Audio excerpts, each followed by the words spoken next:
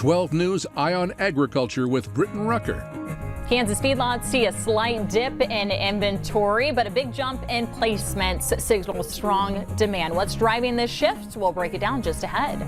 Plus, so with the cattle prices on the rise and changing consumer demand, what's really driving this livestock market? We're breaking it all down with K-State livestock economist Glenn Tonzer with what's next for beef, pork, and chicken. Good evening and welcome into Eye on Agriculture. I'm Britton Rucker.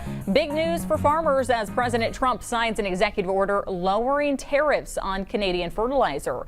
This move means more fertilizer imports will now face a reduced 10% tariff instead of the previous 25%. Both the Fertilizer Institute and the Agriculture Retailers Association applauding this decision. TFI's president and CEO says this ensures farmers have the nutrients they need for strong harvest.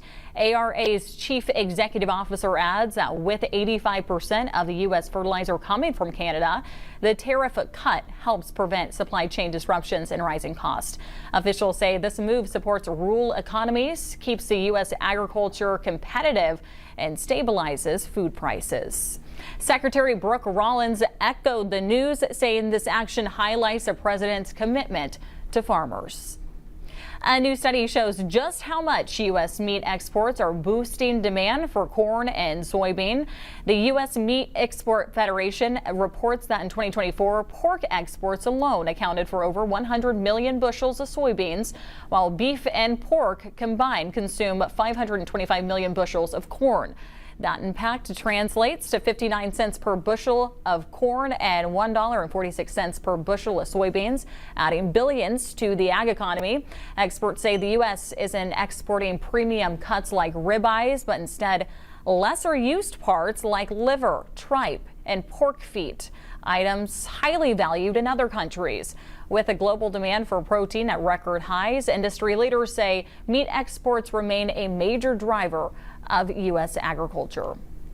The Agriculture Department cuts two programs that provide money for food and food banks to buy food from local farmers.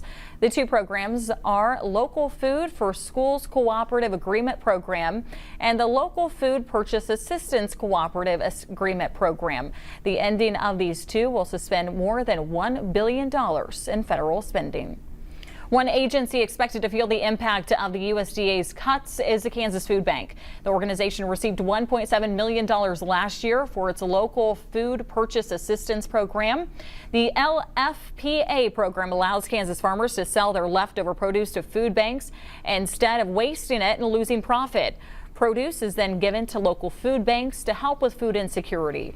The food bank says with these cuts, it will have less produce to hand out, and Kansans in need may suffer.